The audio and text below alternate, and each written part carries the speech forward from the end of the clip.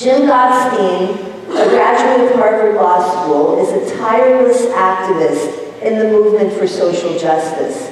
He is the co-founder and president of the Law Project for Psychiatric Rights, whose mission is to mount a strategic litigation campaign against forced psychiatric drugging and electroshock across the United States, and to which he has devoted the bulk of his time pro bono.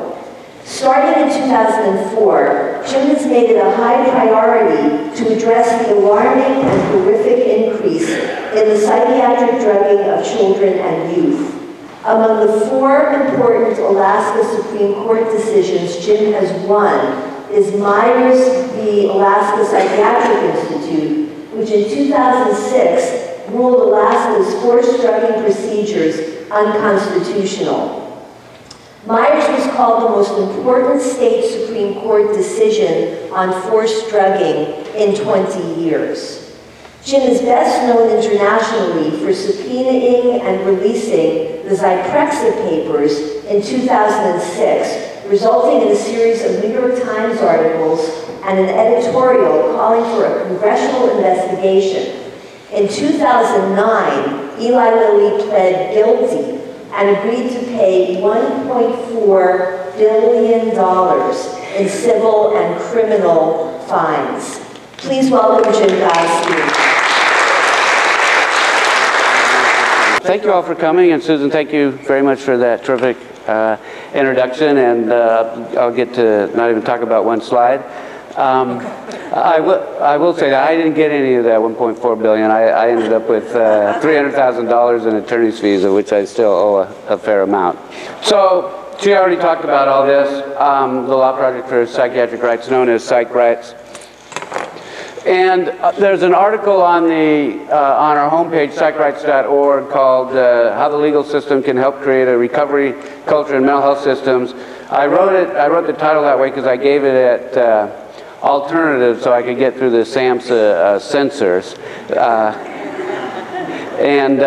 it goes into this in more detail. It was in 2005, so I think it kind of holds up in terms of what it's saying. Some of the details are different, and actually it was before we won any of those Alaska Supreme Court cases.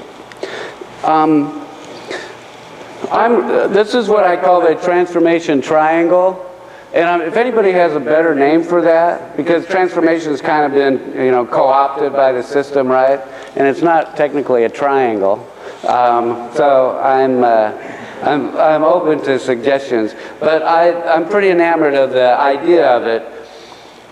And actually, I could just have this whole talk and just talk about this in terms of the concept of a strategic approach to system change. After listening to Robert Whitaker explain how really dysfunctional and counterproductive our system is, how do we get it to a rational system? And this, I think, is the way that I conceptualize it.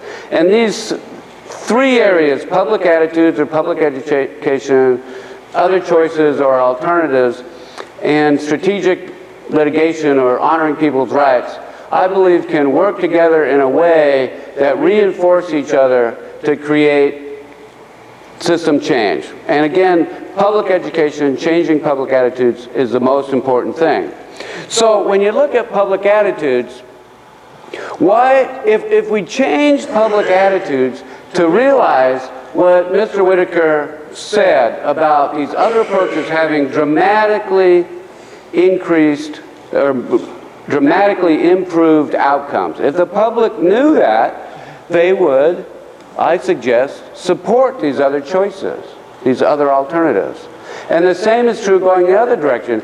If we had these other choices out there and they were publicized enough, then that would cause the public attitude to change. So those 2 things reinforce each other in that way.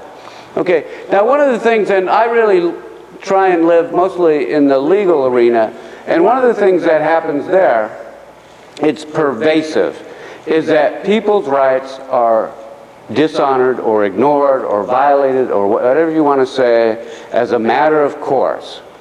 I mean, people have heard maybe the term public pretenders.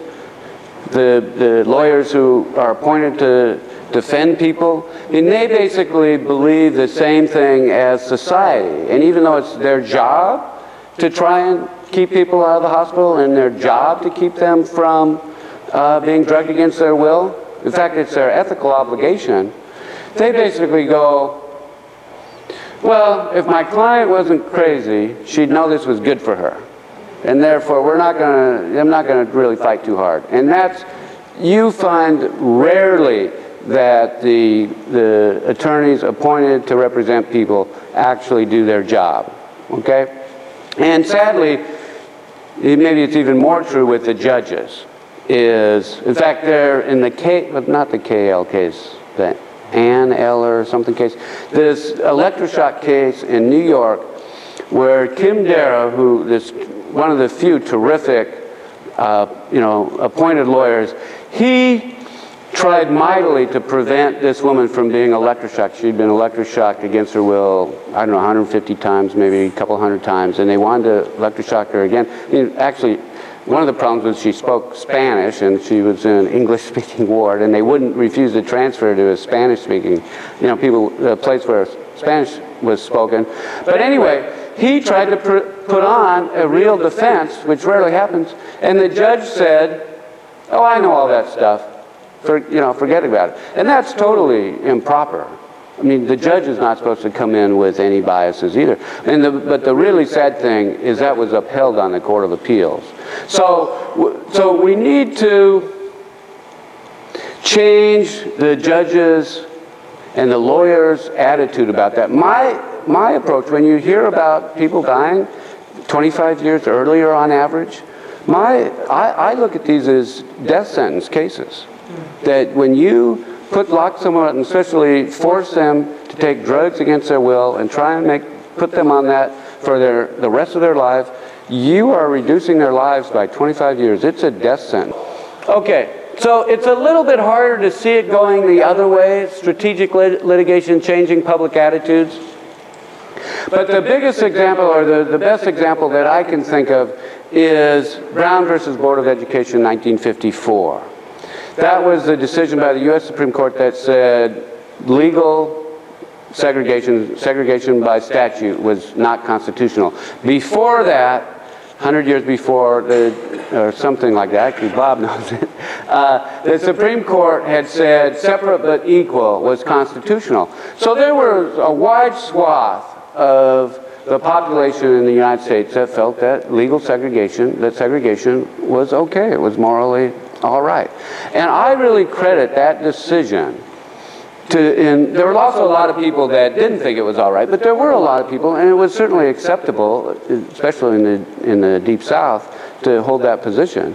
But since that decision, you can't really find very many people, a very high percentage of people that will say that segregation is okay. And I think that that court decision actually went a long way towards changing public attitudes. And I think the same sort of thing can happen in this arena, and actually I'll talk a little bit about how it has happened at least a little bit in Alaska. Okay, down on the bottom, one of the constitutional principles is that the state cannot drug someone against their will if there's a less intrusive alternative. So, in other words, if there's an open dialogue approach, people have the constitutional right to that rather than being drugged against their will. Okay, and what that means, it doesn't mean that the state can say, oh, we're not going to pay for it, therefore, it's not really available. No, if they don't have it, they can't do it. If it's available, if it's in the last Supreme Court said, if it's feasible, the state has to either provide it or let the person go. Okay, but the problem is that if there's a theoretical program that could be given but it's not really available, it's pretty hard to get a judge to say, well, we're just going to let this person go because there's something that could be provided that's not, even though that's really what the proper answer is. And But if you have other choices, if there was actually such an alternative, the judges would be far more likely to say, no, you can't drug the person. You have to let them go to this other alternative, like a soteria house. How many people know about soteria? Okay, a lot of people. Mr. Whitaker didn't talk about that, but it was a program not that unlike the open dialogue approach, where they had pretty good, well, dramatically better results long-term with people by not automatically going to the drugs. I don't really have time to talk about that program that much. But also, so you can see how that makes, helps honor people's rights to these other choices. And there is also some pressure the other direction. If you give enough pressure to the courts, they, and the courts start saying you need to provide these alternatives, I think that will happen, or can happen. One of my favorite examples is I got a call from this guy in the hospital, and I talked to him, and it didn't seem like he met commitment criteria. And so I let the hospital know they needed to file a petition for commitment on him the next morning. And I let the hospital know, I forget if it was email or phone, that if they filed a petition on him, I was going to represent him. And we'd just gotten done with the Myers case, which was a 4-month-long, all-out legal battle, the likes of which they'd never seen before. And they really didn't like it. And so I literally never met my client, because as I was driving up to the hospital, they were driving him away. They had found some other place. And so one of the things, do I have it on this slide? Not really. So one of the ways that I look at it is that it is so easy for the system, for the doctors, to lock someone up and drug them against the will. They say, you sign yourself, we think you should be in the hospital? You don't want to? We'll make you anyway. You don't want to take the drugs? You got 10 seconds. Otherwise, we got 4 guys right here that are going to take you down. And it's just so easy for them to do it that they don't really look for anything else. It's like the path of least resistance. And if you can make it harder for them to do that, where they have to spend more time and more work to do it, that is also a beneficial thing, because they will find it better to do something else. One of my favorite stories about Dr. Lauren Moser, how many people know him? Probably a lot here, almost all. He was the chief of schizophrenia research at the National Institute of Mental Health. And he testified in the Myers case. In fact, I'd emailed them, and it was getting close. They don't give you much time to prepare. And I hadn't heard from him, and I finally called him up and said, okay. I said, okay. And he said, all right, I'll do it. And he was terrific. But one of the things that he said is that while he could conceive of a situation where he might think that someone was about to do grievous harm, that he would call the police to prevent that from happening, in his entire career, he had never had that, because he made it a point to establish a relationship with the patient where they could agree on what was going to happen. And that we just don't have that. And people have that right, and that's what we need to do. Okay, so I'm going to talk about just a little bit we've been using this approach in Alaska and what's happened there. And I founded PsychRights after I read Robert Whitaker's Mad in America in 2002, because I've been kind of aware of the drugs, and I've certainly been working in the area on mental health issues for a long time before that, but didn't feel like I had any particular thing to contribute in the fight against forced drugging.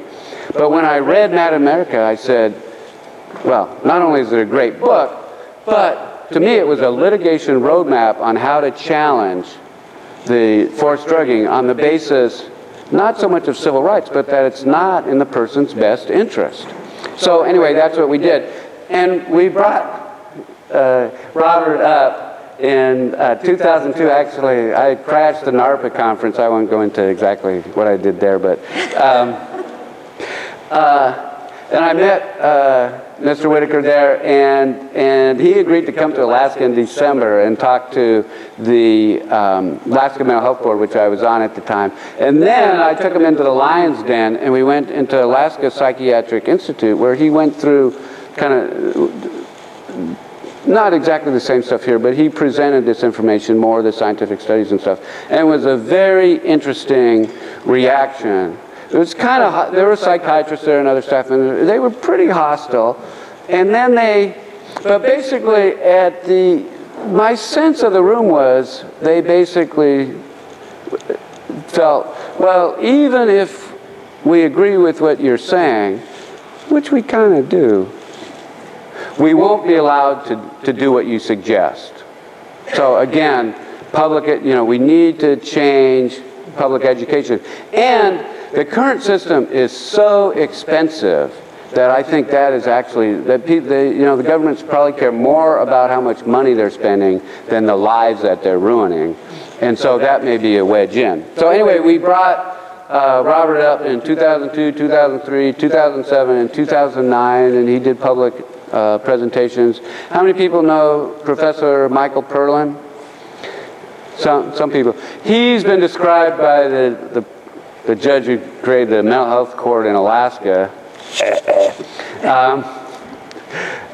It's like, take your drugs or go to jail. But she described him as the icon of mental health disability law. He's a terrific guy. Anyway, so we had kind of a unique conference with, I don't like the word consumers, but consumer survivors, lawyers, judges, and clinicians, and we're all in the same room. And the head of I'll talk about this a little later, but the head of the Alaska Mental Health Trust Authority, which is a very important agency in Alaska, basically got up and said, and so what you're suggesting is that, not everybody should be given these drugs when they first come in. Okay, so, and then earlier this year, we did a series we showed Daniel Mackler's 3 films. How many people know of that? Not that many. They're really great films. The first one is Take These Broken Wings, about Joanne Greenberg and Catherine Penny. Joanne Greenberg is the person who wrote I Never Promised You a Rose Garden, and Catherine Penny is a patient in Dante's Cure. Both, anyway, it's a very good film. The second one on the open dialogue approach, also excellent. And then the third one, Healing Homes, which is about this program in Sweden where they put people in, place them basically with farm families and are having tremendous results. And I heartily recommend all 3 of those films. And then I ended up giving a presentation called The Mental Health System, Who's Crazy? And one of the things that I do is I try and accept all speaking invitations, and I think that's what everybody here should do. It's really important to get out there and give this message, and for people to see, that we're not crazed killers. Okay, and we got some media coverage. There was some coverage of the Myers case. There was a feature front page story in November of 2005 on me. The Zyprexa papers got some local coverage. I'm not really going to talk that much about the Medicaid fraud case, but we got some coverage on this Medicaid fraud case.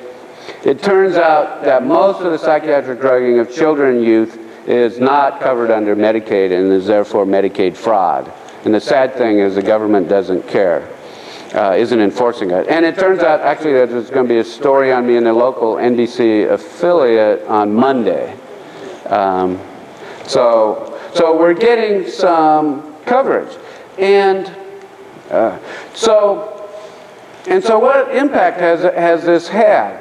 In 2002, when Robert Whitaker came to the Alaska Mental Health Board, basically the attitude was that the executive director of the Mental Health Board basically said, oh, we're not endorsing what he's saying, we're just getting information.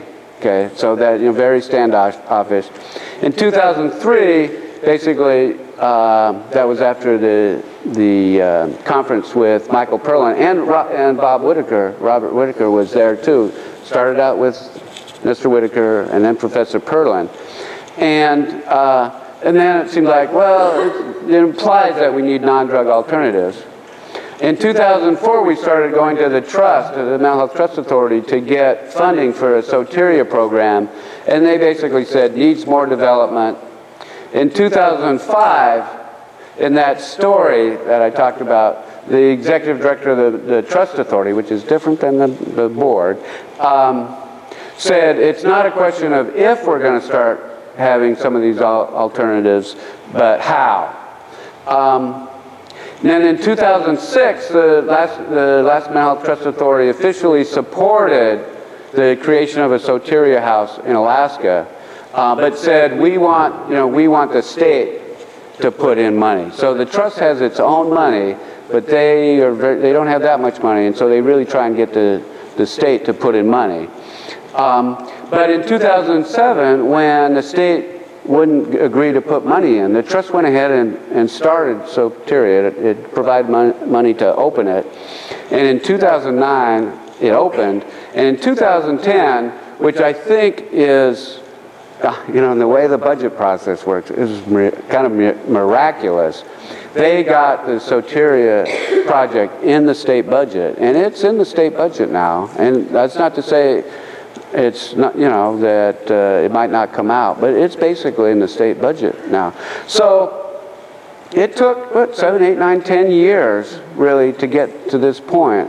And I can't say that the whole system has changed, but we've gotten this going. And you want to have one kind of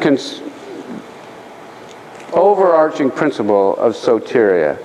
It's to be with people rather than to do to them. And so, one of the, and not really care if people are crazy, out there. So what? If, like one of the classic Soteria stories is one of the residents thought that a spaceship was going to come on Thursday in the afternoon and pick them up in the park. And the normal reaction is to, talk that person, say, no, that's not true, you're delusional. Well, my experience is you don't really talk people out of delusion. So what's the Soteria way? They said, okay, well, let's go. They went to the park, and they waited. And it's like, okay, well, they didn't come. Well, now what do you want to do? And so, and so that's the way to get through it. If that person had never been, if they hadn't done that, for the rest of their life, they could say, if you had only let me go to that park, that I would have been, I would have had this experience. So I could go into other ones. And then this other program, a peer-run program, Choices, Consumers Having Ownership in Creating Effective Services. I hate the word consumer. I know a lot of people here like it. Nobody likes it? Okay. So, but I love that acronym. And it's the same thing. It's a peer-run, consumer-run organization in the community where, and they allow non-drug approaches. And if people want to take the drugs, they certainly don't say they can't do it. And I should probably say at this point that I know people that find the drugs helpful, and I think that they should have access to them, especially if they're adults. I don't think, children is a completely different matter. But at the same time, I think people should be told the truth about them, including that for many people, there are other approaches that work far better without the harmful effects. And a lot of people, and the thing that is kind of my bright line is forcing people. Nobody should ever be forced to take a drug that does this much damage to you.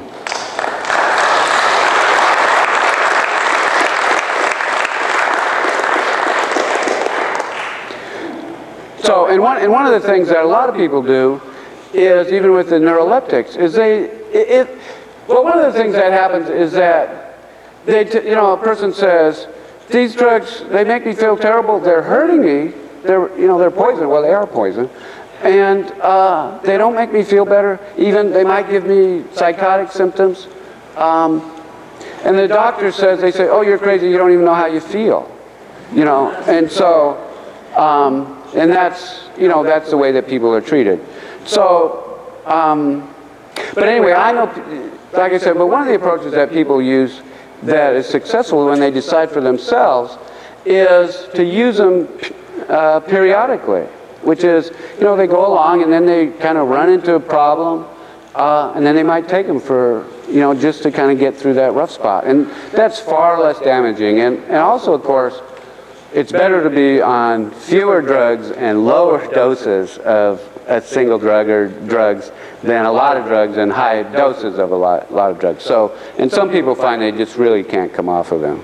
I pretty much kind of talked about this. So the strategic litigation goals basically are to try and force the system to honor people's rights, okay? So we're talking about the drugs, but really even involuntary commitment, it's kind of the same thing. You have the right to a less restrictive alternative. But also, more importantly, you can only be locked up legally if they find you to be a serious danger to yourself or others by clear and convincing evidence, which means more than preponderance of the evidence, which is like just more than 50-50, but not quite as much as beyond a reasonable doubt. And when you look at the research, basically, they can't really prove that. And my estimate is that less than 10% of the people that are locked up on the grounds that they're a danger to themselves or others, or including to them, you know, gravely disabled or whatever it's called, not being able to take care of themselves, probably less than 10% actually meet commitment criteria. So one of my things is if you enforced people's rights, if people's rights were honored, they wouldn't be locked up. And in my view, the state can never prove that forced drugging is in the person's best interest and there's no less intrusive alternative. And so, in my view, that forced drugging should never be allowed. Okay, so the strategic litigation results in Alaska. In Alaska, what the statute said was if the court found the person incompetent to decide, then the hospital got to do whatever it wants. And we said, and well, the transcript is on our website of Faith Meyer's testimony, and I defy anybody to say she wasn't competent to decide. But leaving that aside, we said, no, even if the person's not competent to decide, you can't do that unless you can show that's in the person's best interest and there's no less intrusive alternatives. And they said, agreed with that, and then said, no less intrusive alternative available. And I'll get to that. Well, I'll jump to that. In the Bigley, but what does available mean?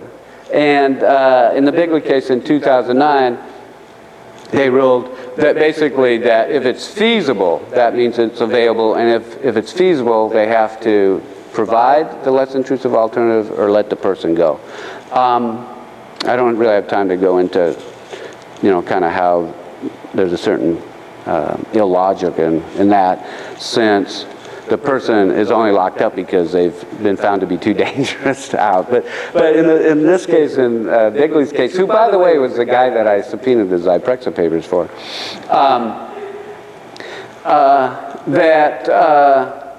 anyway, so that's what they held. But there are also some good procedural rulings there, which that they didn't give me the chart until right at the hearing, and I'd asked for it days before, and they said that was a due process violation. And another thing which is really important is they said that the petition for forced drugging has to include detailed allegations, you know, about how it's in the best interest, and there are no less intrusive alternatives, all of that kind of stuff. So, you know, now they have a form to do it, but basically that's a very important thing. Okay, so that's those two cases. In 2007, in Weatherhorn, the Alaska Supreme Court held that the provision of the state's statute that said you could lock someone up for being gravely disabled if their previous ability to function independently in the community would deteriorate. Okay, it's like, well, what? I mean, there's two prongs to that. That's the B prong. The A prong says if you don't lock the person up and take care of them, serious injury or death is highly likely. Okay, well, I kind of buy that, right? In terms of legally, that's a pretty big reason. But their previous ability to survive, independently in the community will deteriorate? No. Anyway, they ruled that that was unconstitutional and said that you have to be so disabled that you're unable to survive safely in freedom. Well, they said, kind of said it 3 different ways. But anyway, that's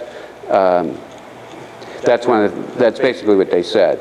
And then Wayne B, we have a situation in Alaska, in Anchorage, where the judges get assigned randomly, but they then send them all to a probate master, the same probate master, who holds hearings on Tuesday and Friday between 1:30 and 4:30, between 5 and 10 each time.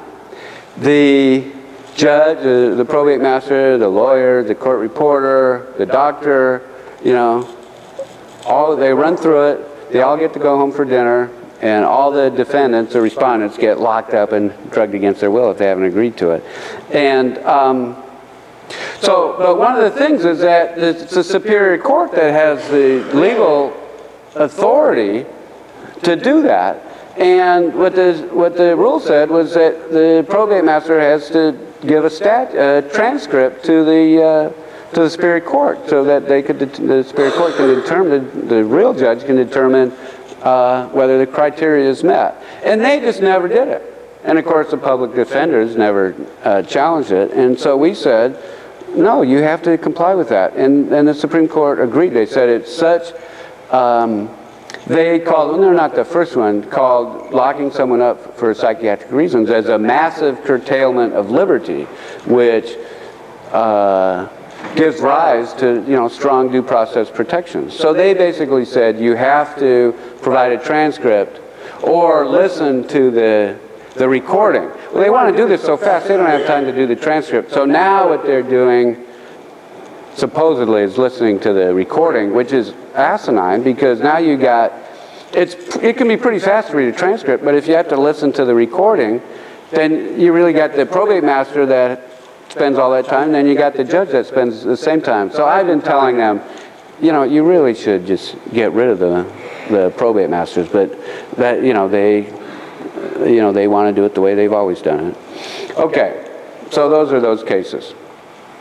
Now we had in 2008, just after Governor Palin got anointed as a vice presidential candidate, we brought a suit called PsychRights versus Alaska, Law Project for Psychiatric Rights versus Alaska, and we sought an injunction against the state for drugging children and youth unless and until evidence-based psychosocial interventions have been exhausted, rationally anticipated benefits of the drugs outweigh the risks, the person making the decision is fully informed, and that there are mechanisms in place to monitor for adverse effects and deal with them if they occur. Now, who can argue with that, right? Well, the state came in and said, well, PsychRights, you're not harmed by this.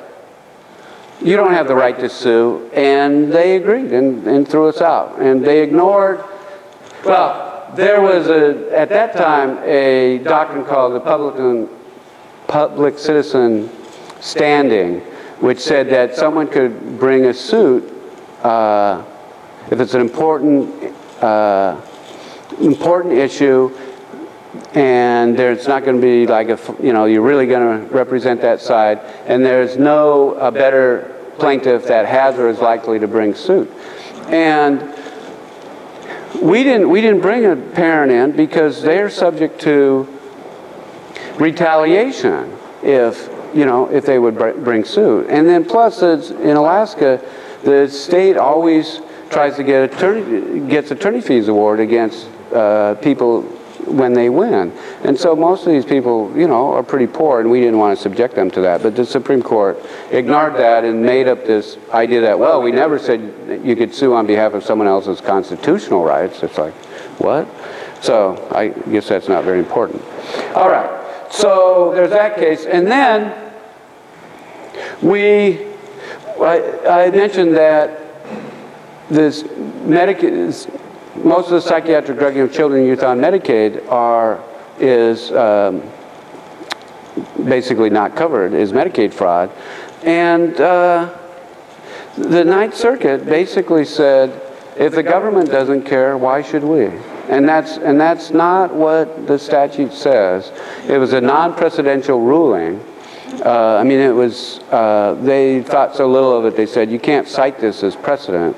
But anyway, we don't think this is over. We have what's called the PsychRights Medicaid Fraud Initiative, and there's a link, it's right on our homepage, and we have a form complaint set up for foster children to bring a lawsuit against the psychiatrist or other doctor, the agency, and the pharmacies.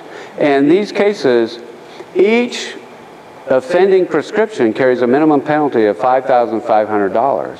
And so, say a psychiatrist worth his salt would have at least 1,000 of these prescriptions and the 6-year statute of limitations. That's $5.5 million.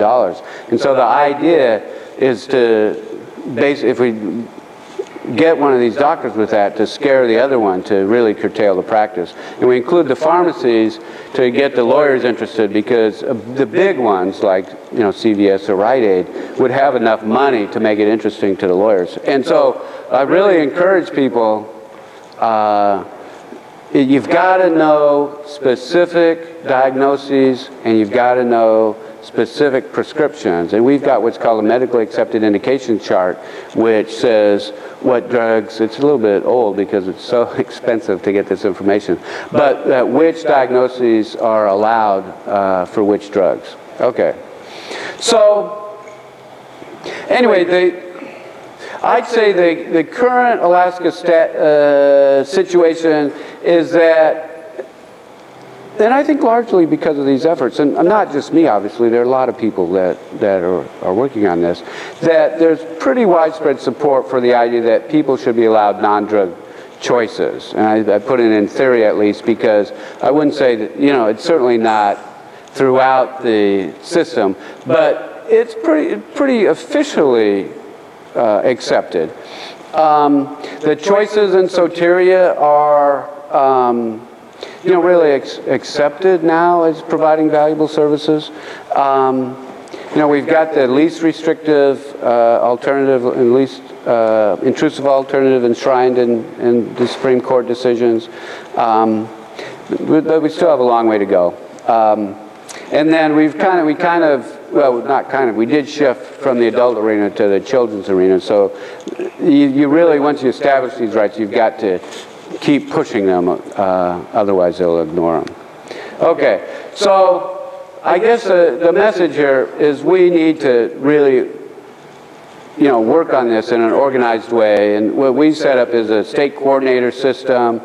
It's really hasn't managed to do very much. We've got a cause on Facebook, which, when I saw how effective, President Obama, then candidate Obama, was using social media, I'd been resisting. I said, oh, I should try this. So, of course, now people have the Facebook overload. But anyway, I'd say it's, it's had some effect. It's actually raised like $7,000 that way. Personal Facebook account. The Facebook event page, we had this, Occupy the American Psychiatric Association protest yesterday, and we had a Facebook event page, and I think it got a fair amount of action and interest and helped draw people. We've got an email list. The most important thing, and well, not the most important thing, is fundraising. We just got to, we're all poor. And at this point, PsychRights feels we really need to have a substantial amount of money to hire some attorneys so that we can take some of these bigger cases on. So, seize the day. Thank you so much.